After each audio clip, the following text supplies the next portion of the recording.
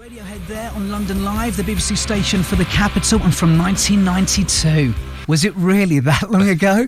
From Pablo Honey, that was, of course, Anyone Can Play Guitar. And I'm very pleased to say that Ed O'Brien from the band has joined me. Welcome to the station. Thanks a lot, Gary. Cheers. Thanks for battling across town to be with us tonight. Does that bring back any sort of like specific memories? Well, the making of that track. Didn't we do a show that you were doing on TV at about the same time? The Beat. The Beat. Yeah, that's right. That late night shot in the dark. And we were doing it. I think we went on. We did Anyone with Therapy, and. Yeah, I remember that really, really well. I remember there were all these bands crowded around. I remember. Well, we used to have these kind of recording days where, you know, in order for the programme to be made, they'd have something like 10 bands. It was like a sausage factory, really. Yeah. Literally in and out kind of thing. Yeah. But I was wondering whether, you know, what kind of sort of memories you had of that period. I mean, what sort of memories, you know, the specific recording of that song? It'll all sound like sort of Jumpers for Goalposts kind of stuff, won't it? Be like all in the back of the van, you know, the transit. Yourself. Go on. You know. We like that stuff. It's all that... it's very rarely that we sort of, as a band, we sort of delve into, you know, the past days. But it's quite nostalgic. You know, we did do the typical thing as a band. First thing when we got our advance, we spent $4,000 on an LT45 VW van. We put old Rover seats in it, put a bulkhead in it, and we converted it, and it was great. And we went for a year and a half. We toured around the UK in this thing. And it wasn't a very PC one because it was one of the old ones. We bought it at a job lot from it used to belong to News of the World, right? And they were the old the van used to, yeah, right. And it had the old cattle truck stuff at the front. It was definitely one of the scab vans that would have been used. Yeah. That's right, when they moved over to Wapping. Yeah, so we did our best to sort of, because you can make out on the side of it it said Sunday Times and News of the World. Yeah. So we used to try and cover it with sort of, you know, Sultans of Ping backstage passes. And did it work? Waltz. Yeah, it was great. You know, and that's what it was. That was what it was like. You know, it was Jumpers for Goalposts in the back of the van. You know, 8 of us there going to the gig. Anywhere south of Leeds, we'd drive home. Anywhere north of Leeds, we'd stay away. Yeah. So that, you know, it's great. That's what we always wanted to do. And can you remember? I mean, you know, what your sort of, you know, what the band's sort of hopes and aspirations would have been round about that time after the recording of, you know, Pablo Honey. I mean, you know, what would have been the sort of, you know, the dream? To be taken seriously, I think that's what we really strove for at the beginning, because there was all that around that time as well. There was all that stuff about indie was cool, major was not cool. And what a lot of bands were doing, I remember as well, we had the option when we signed to, you know, what major record label we signed with EMI, and they said, look, we'll set you up with your own little label, be independently distributed. And a lot of bands were doing that. And we were like, oh no, we're just fooling everyone. But it kind of, I think there was still a lot of snobbery, particularly vis-a-vis sort of the music press towards us. And it didn't. I think we'd have had maybe a bit of an easier ride if we'd possibly done that. But in the end, it didn't make any difference. It's worked out. Yeah. Well, of course, you know, you're currently on. Am I right in saying a European tour at the moment? Yeah, we've just finished that. We did the European and UK, and we just come back from Ireland. We did 3 dates outside Tell us about Dublin. that. What was that like, Dublin? Nice Irish name like O'Brien as well. I'm assuming you've got family out there. I had the O'Briens down on Saturday night. I had a guest list of every time we play in Ireland, the family come down about a quarter of them. So it's usually something like Richard O'Brien plus 23. Right. I remember when we first played in Galway. There's got to be some benefits it's great. to it, isn't there? And Ireland's the kind of place, you know, they just turn up and the relatives. I've had cousins who've got in saying to security guard or someone on the door, it's like, that's me cousin Eddie up on the stage. So yeah, they've been letting. Ireland's always. It's the secret is to pace yourself. You know, you get on Thursday night, a pint of the black, you know, and that's it, or a couple, and that's it. Yeah. But because the tendency before is to go mad, you know, peak too quickly, peak too soon. Yeah, story the of my hospitality, life. Exactly. So we did it pretty well. I'm knackered now, but I mean, it was, you know, a few pints, and yeah, they were great shows. You know, it was the last time we've been going around in this tent. Well, what was the thinking behind that, Ed, as well? Because that was going to be one of my questions. Yeah. You decided not to go the normal arena route this time. I understand that you've got a big blue radio tent. Yeah. For those of us who didn't see the shows, what have we missed, and why did you decide to do that? It was the first and foremost the idea of of going straight out on the road and, you know, and doing arenas, which we don't, to be honest, we don't enjoy playing them. And they're not, you know, I think as well, I remember as a punter, you know, the experience of seeing, you know, I saw REM at Wembley Arena, and I'd seen REM in smaller venues in, what was it, 89, and I happened to have a ticket near the back, and I was seeing this band who I weren't going to see for another 4 or 5 years live, and I had the most dreadful experience. Probably needed binoculars, yeah. Yeah, exactly. Yeah. So the idea of that and of playing arenas just filled us with horror. So, and the other side of it is we didn't want to piss off a load of people by like just doing theatres and kind of like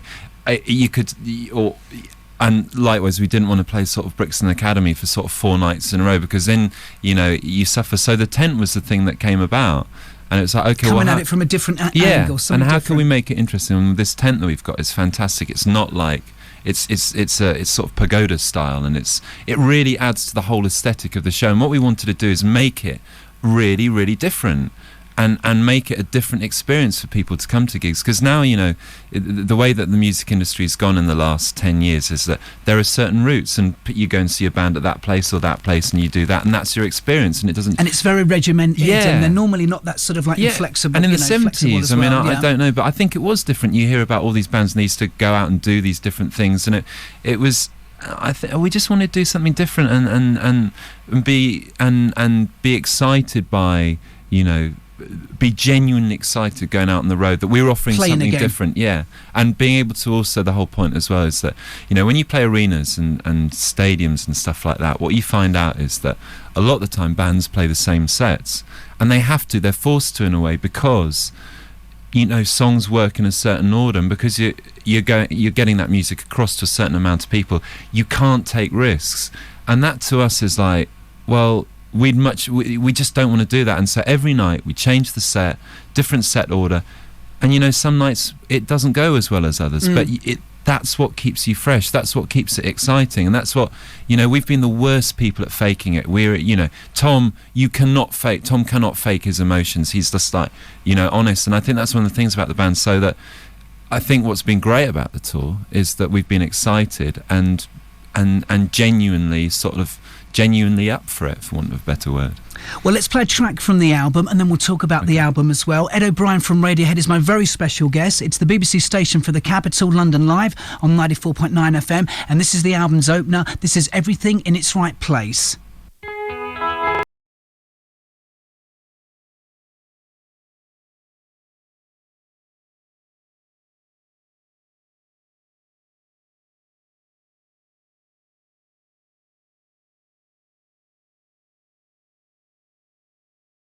Radiohead there on 94.9 FM. It's London Live and Everything in Its Right Place.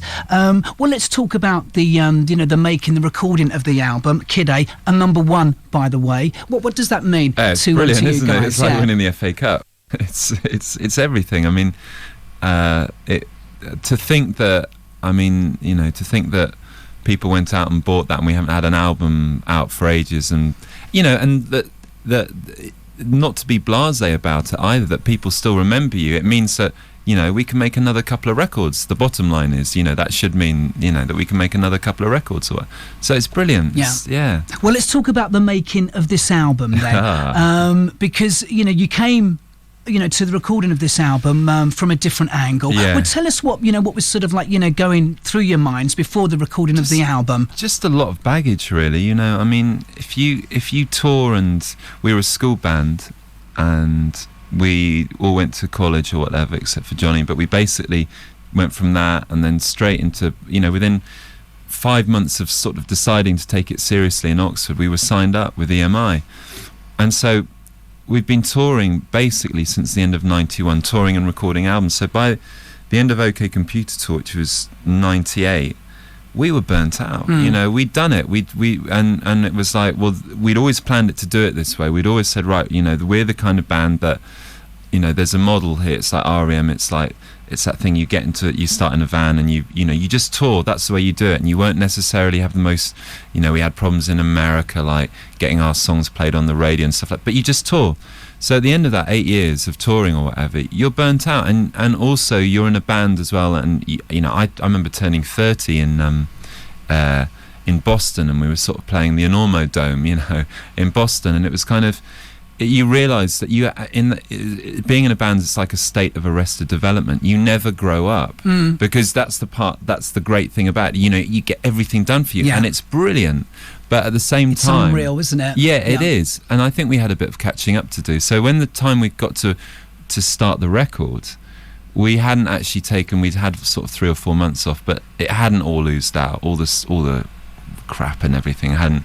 So, and we hadn't really discussed about, there's been a lot made about this. There's been this whole thing about, like, started in Q magazine about, apparently I had this idea of, we were going to go in and do 3.5-minute pop songs as the antithesis to OK Computer, and the proggy, suspicions that went on there. And that's bollocks. What we decided, we were rehearsing for this Amnesty show, and we were just mulling things over, and one of the many things we thought about is like, well, let's try and do, there's something valid about the 3-minute really hard-hitting song. And of course it, whatever, in the process it doesn't turn out like that. And then we went in and we did several sessions. We started in Paris, we did a couple of weeks there, we went to Copenhagen. Last summer we went to Batsford, where Embrace did their record, and recorded in this big country house. And basically it was a process of like working out what we didn't want to do and how we didn't want it to be, and what elements were exciting and what, and it requires a lot of patience, that stuff, because a band like ourselves is like, what we were really into doing and what we knew is we wanted to take on elements of what we found exciting in sort of people like Otekra and Aphex Twin and these people are doing. And the exciting thing about that stuff is that the rhythms, but as a band, we've learnt our trade on guitars, and it's kind of like you have to serve a kind of apprenticeship, because the worst thing is like when these bands come along with guitars and then they say, oh, we want to incorporate elements of dance, and it's neither here nor there. It's this pretty dull compromise. So in many ways, a lot of it was paying our dues and finding our niche in that, because also there's a realisation, people like Aphex Twin have been doing that stuff for 8-9 years, and the Warp stuff. So we had to find something that was different, that wasn't like, that sort of, cod rock kind of dance imitation thing. Interpretation. We had kind to find thing, something, and that takes a long time, and that's also a lot of soul searching, and because also we did a lot more stuff on computers, and this record was not, the last record, when you rehearse it and record it, it's a committee of the 5 of us plus Nigel, and this record, working on computers is a solitary affair, or it's a 1 or 2 person thing, it's still a 2-person thing.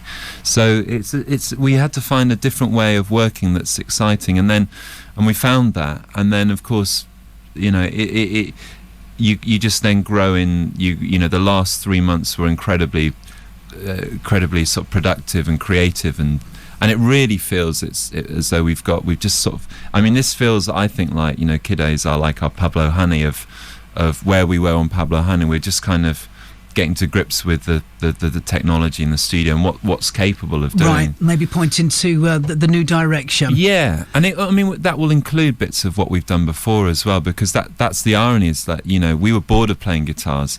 You don't pick up a guitar for 2 months, you then go and pick it up, it's like, wow, this is a great instrument. And like playing live again has been fantastic, because it's it's rekindled the love of playing live together, and you suddenly realise, okay, you've been playing for 15 years together, and there is an understanding there's a musical understanding that an intuitive thing there, exactly. And that's a great gift to have that, but we can do this other stuff as well. So it's just sort of keeping it pretty open. Has the new songs from the new album, has it been easy realising them as far as a live context is concerned? Has it been easy? Has it been difficult? It's been, I tell you what, it's been really fun, because this is the thing is on this record is that we've obviously had to do different versions live. Now on OK Computer, Benz and Pablo Honey, basically all those songs were whipped into shape in the rehearsal room, arranged, all the parts were written, we took it out on the road, and then going in the studio, like on the Benz and OK Computer, was merely a matter of capturing the best performance of those parts. So of course that means that like Date 112 on OK Computer, you've been playing the same part for that's on the record for eons, it gets boring.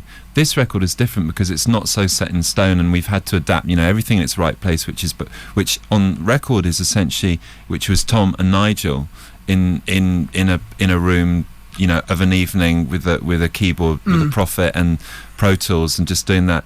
Well, obviously, Tom playing keyboards on his own like that, it won't necessarily work. It might work for one song, but it's not going to work the live thing. So what we've done is we've made it a band thing, and we've turned it into something completely different, which is, again, it's a performance thing, and it's really exciting because Johnny and I are sampling, Johnny's sampling Tom's voice and I'm sampling his keyboard, and we're playing stuff in live, and Cos and Phil are holding down the rhythm and stuff, and it's just gone into this other area that we were forced to do because we couldn't play it on the record. So this is what's really exciting at the moment, that suddenly, because we've had to play these songs live and adapt them, it's like, it's forced us to play in a certain way and pick up certain, use certain tools we wouldn't necessarily have used, and it's like, let's use this on the next record, the next bit of recording we do.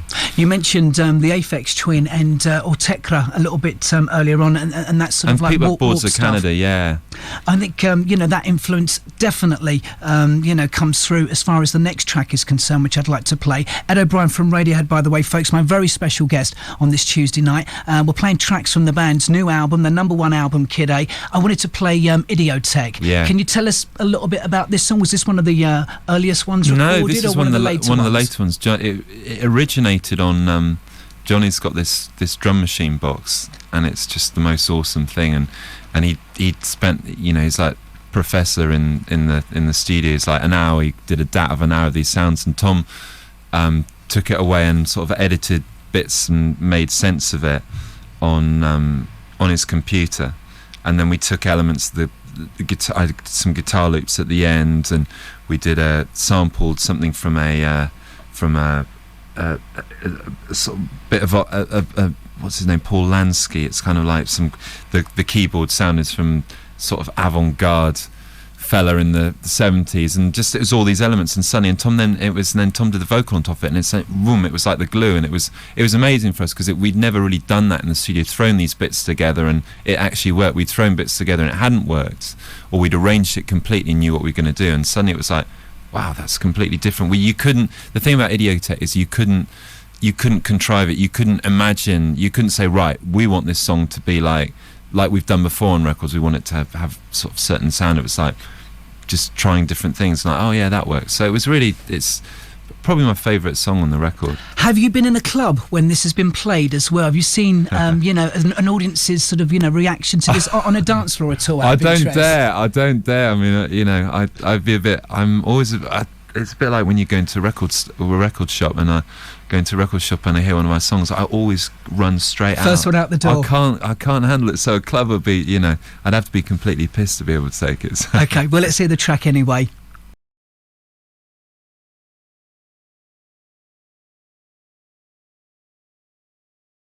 Ed O'Brien from Radiohead is my very special guest. We're playing tracks from Kid A, and that's a track entitled Idiotech, as you mentioned, one of your favourite tracks. What about your roles within the band as far as the recording of this album as well? Because, I think I'm fair to say that, the standard band performance, and you've intimated this, it wasn't there at all. So, what was the subsequent knock-on effect with that as well? Well, initially because we've all got egos. Yeah, absolutely. Initially, it's like, okay, it was all something we had to, especially Johnny, Cos, myself and Phil, because we had to realise that, we're not necessarily musically going to play something on every track, which we'd kind of done before. And of course at first, especially when everything's up in the air and you're still getting over sort of major hangovers of touring and stuff like that, and you're feeling insecure anyway, there's incredible guilt amongst us about the sort of the success that we'd had as well, and mates and bands or whatever hadn't, and all that stuff. So but you have to get over it, and you do, and you talk amongst yourself. And what we did, I think it's funny, we always like 2-3 years ago, we basically, if you'd said what band would you like to be, we'd gone Massive Attack. Without a shadow of doubt. It's like we always were completely envious of their sound, the kind of records that they made, their kind of totally, so cool, and that whole kind of, and the music comes first and the song comes first as well. Yeah, and we'd always done that. Song always came first, so we were forced into that position. But it's kind of like that whole massive kind of production team ethic, and that's what we got into, and that was really good. And then once you do that, and once the roles aren't defined, so that someone doesn't have to play bass, or someone, suddenly you start. It's an incredibly liberating thing, because you don't suddenly run to your guitar and like your pedal board and go like, oh well, this is where I'm going to find inspiration from. It's like anything. You can pick up anything, and I think we've got so many sort of toys and noise machine. We have to do this. We've got to do this. It's something that we've got to do, and it's good. It feels really, really good at the moment. And what about Nigel's role within the band as well? He's been involved since the Bends, I think I'm right in saying. Well, Nigel engineered most of the Bends when John Leckie produced, and we did some B-sides with Nigel as well, and then we started working with him. How would you sort of sum up his sort of contribution with the band? He is the sixth member of the band. He's incredibly talented. I think for what he does, he's the best producer in the world. For what he does, and he's brilliant. And it's funny, because obviously Nigel's gone on and he's done Travis and he's done Beck, and he's just done the new Divine Comedy album, which apparently is, I haven't heard it, but is absolutely awesome. Really? Yeah. Yeah, he's just captured this. He's done this thing, and he's going off to do the next. He's actually just flown out to do the new Travis album. So it's kind of like, it's a bit like your first love, really. It's kind of like, we're so happy for him to do that, but we always hope that there's something special between us. Do you know what I mean? That he can go off and do these other things, but it's always like, and what producer would have stuck out for a year and a half with us while we were going through all this? And he was going through stuff as well. We all kind of, because we all sort of grew at the same time. For him, OK Computer was like, suddenly it was the first major album that he'd done, and suddenly he was shut up there, and we all kind of like, so we all had our turns in the studio and stuff like that, and it's great. Well, let's play another track from the album. Can you tell me about How to Disappear Completely? How would you sort of sum up this track? Well, How to Disappear was it's actually on Meeting People Is Easy. It's one of the few that actually got through the OK Computer touring, and it was like, and we actually recorded this song, and it was basically sort of a day and half a day, and then another day, and then Johnny scored the strings on it, which was the first time we'd used an orchestra, and it's one of the few band performances with strings on top.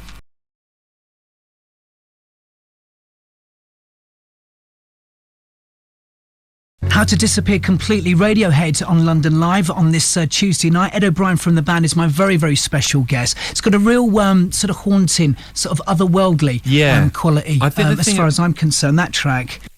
Yeah, I think the whole thing about the record is, we've had really mixed reviews on it, and all from in this country they've been sort of, a very mixed bag, to America, where we're getting these, they're going mental over it, and I think the secret about this record is that it is different. It's quite challenging at first, but we found it hard at first, but what it's all about is getting the right space. It's like the right, you've got to be it's no good putting this record on probably at sort of, 6 o'clock on a Saturday, late afternoon, early evening, and you're about to go out. It's not that kind of record. It's probably the kind of record that maybe when you come back about 5 or 6 in the morning and you've been out, all night. Put the headphones up. Yeah, or just, you're chilling out, and, you've got a few mates around or stuff. I think that for me, that's when I sort of got it about, really the whole album. I suddenly, because we did the track listing of it, and when we did the track listing, it put it all together. It became a different piece of work, it is. And I remember just thinking about, it sort of cemented how I felt about it. 4 o'clock in the morning, put it on, and you're not completely alert, but it kind of gets in there, and there's definitely I think part of the problem is that you need a serious amount of listens to get that headspace. Some people get it quite quickly, others don't. And there's a fella in Ireland, Dave Fanning, yes, of course, great Steam DJ, yeah. And he told me he was having he's like, I don't get that Idiotech, and I don't get that Kid A. And he said, but he's told me this great story. He said, my worst album of 1970. He said, but Ed, my worst album of 1971 was Soft Machine 3. And I was like, he said, but my favourite album of 72 was Soft Machine 3. And he said it was just, it taken him that long to get. He'd understood finding where the space is, and I think, there is form to it there, but the problem also at the moment is that about what the music scene is like. It's very instant, and the kind of lifestyles that we lead and the world that we live in, it's not made for really listening to stuff. It's like society now is very instant. It's instant gratification, so we're sort of flying in the face of it. But what the hell, we have to do what we feel is right, and Radiohead aren't ready to sort of do the 3.5 pop single yet, but you never know. Wait and see. I mean, I was reading this morning Uncut magazine, where I think Simon Reynolds, the journalist, has devoted a whole feature to to the band and where the band lie, and specifically, obviously, Kid A as well. And he was sort of like saying that it would have been easy for the band to have kind of gone in and do a OK Computer part 2 kind of thing. You haven't done that. You've certainly kind of like pushed the envelope. I just sort of like wondered what your kind of take on sort of music at the moment is. I mean, is it an inspiring time? Do you think it is? He argues in his feature that it's a pretty depressing time, and that he can't think of too many bands kind of going against the grain. I just wonder what your sort of like thoughts were on that. I think it's always too easy to to say that there's nothing around at the moment. I mean, I think there's a lot of good stuff, but it's in a different area. I think as we've mentioned, the bands like Aphex Twin and Boards of Canada, and bands like Clinic as well, Sigur Rós, another great band. I mean, you've got to search for it though. You've got to search for it. It's not handed to you on a platter. And I'm not into to slagging other bands off, because but I've been disappointed by a lot of records that people, bands who I've really liked have done, and I just felt, I don't know, it's I don't know, it feels, it's a weird time at the moment. You probably know better than me, but it does feel like we're going through this cycle, that music does go through cycles, and I feel it's like the 70s in many ways. There were, Simon argues that in that feature. 2 years ago, Beta Band come along, and it's like, wow, this is amazing. This is so good. The album comes out, and it's like the Incredible String Band. You know what I mean? They go overboard slightly too much. It's too sort of clever, and it just feels like, at the moment that it feels like something's waiting to happen. Yeah, do you know what I mean? The storm, yeah. It really feels like that, and it's. I think that's why it's so exciting. And I think the exciting thing, what's happening, is the technology. People are making this music in their bedrooms, and there's some amazing stuff. And once people get around it, and you're empowering people to sort of make these records. And I did this thing on our website, and people started sending in demos and stuff like that. I said, send them in, because I'm really curious. And of course we got the sort of, a lot of them were sort of Radiohead thought, and I said, please no acoustic guitars or electric guitars, but the other stuff was going, this is stuff being made in bedrooms, and it's really exciting. So it's music is cyclical, isn't it? And it's probably a good thing that what appears to be and dominates the charts is fairly sort of mundane and mediocre, and something's going to come out that it's going to jolt all of us, and the sooner the better, probably. Yeah, definitely. Bring it on is what I say. It's Gary Crowley on this Tuesday night. Ed O'Brien from Radiohead is my very, very special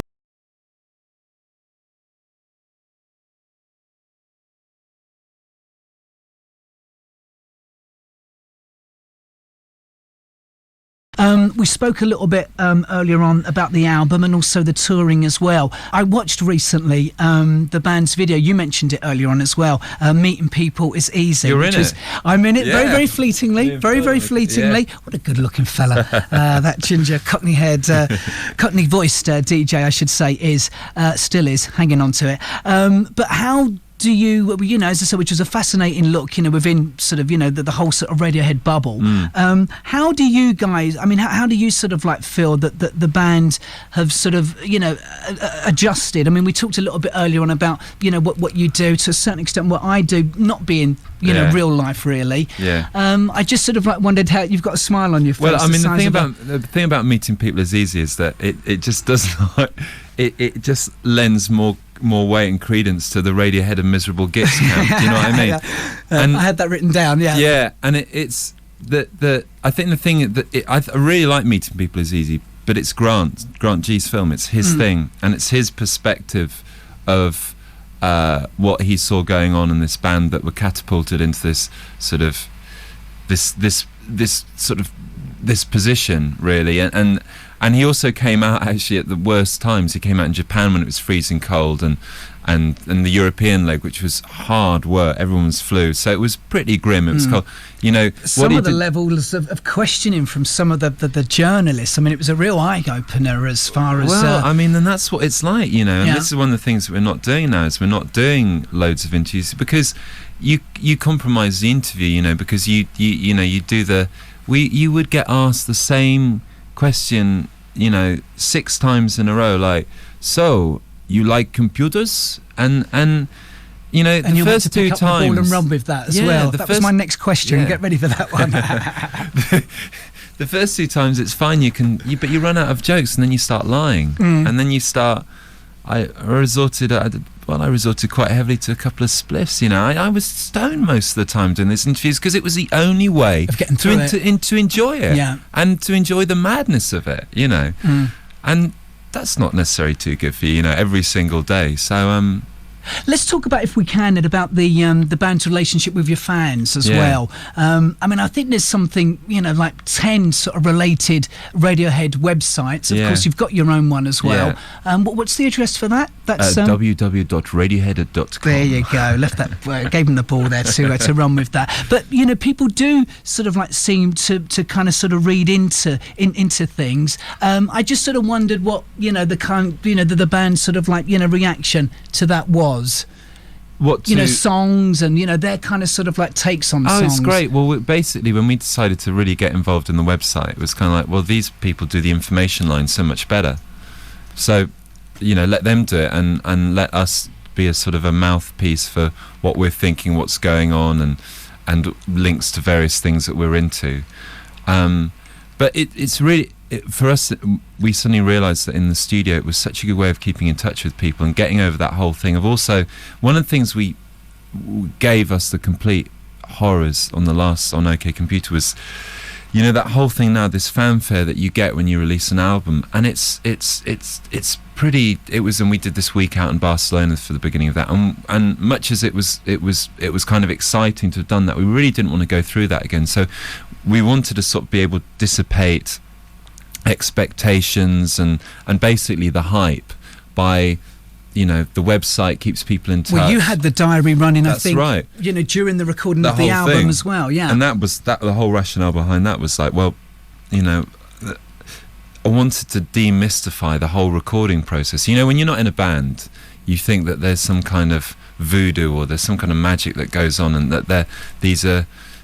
And I wanted to get over the fact that actually we have really bad days, and like everyone, we all have bad days at work. We're no different, and it's not like, you know, there's not something special. We're not laying down licks, and you know, it's not a rock and roll thing. That it's. I wanted it to be the real story, and of course it wasn't always, because you can't put everything in. You know, I'd spent, you know, there'd be a couple of weeks when it was really bad, when I just couldn't think of anything to write, and it was like, I just can't face writing it. But then you'd report on it afterwards or whatever.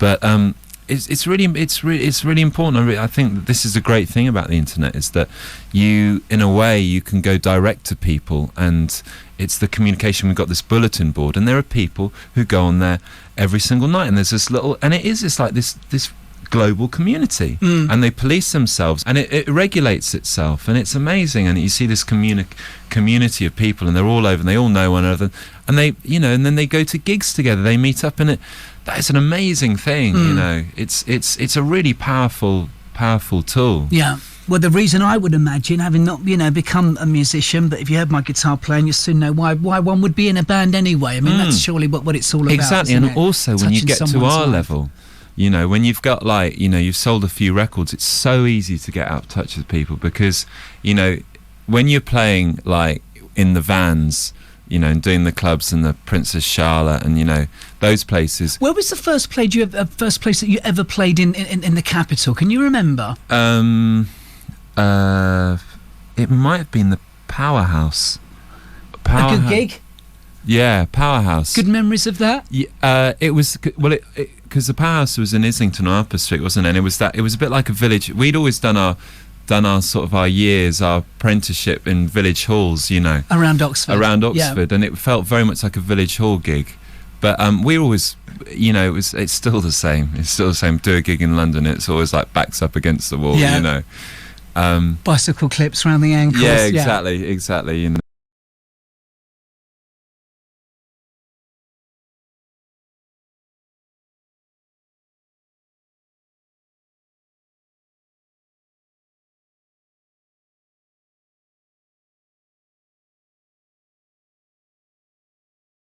Well, look, listen, Ed, many thanks for taking time out and paying us a visit.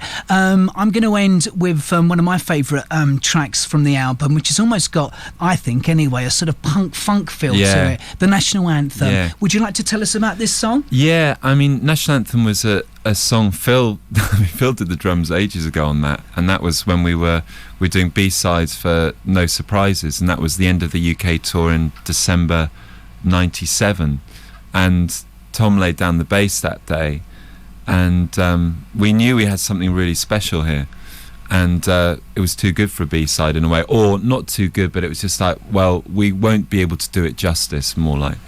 And so we sort of worked on it a bit, and then Tom and Johnny were really got into this, into Charlie Mingus, and Charlie Mingus recorded there was a particular era that they liked. It was when he had this 8-piece jazz section, so we got these jazzers from organising. We got the right part of it was the makeup had to be right. It's no good just getting 8 guys and one of them had to play baritone sax and one of them had to be a trumpet player, or 2 trumpet players, 2 tenor, alto, whatever, and I can't remember the exact lineup, and but there were 8 of them, and they came in, and they were basically they sort of blew their stuff for about 4 hours, and it got more and more sort of, each time they went on, they let themselves go further and further, because these things can often be, they don't know what we want and stuff like that, and in the end it was sort of Tom and Johnny were in the room conducting them, and like sort of going up to their face and come on, and they're like whoa, and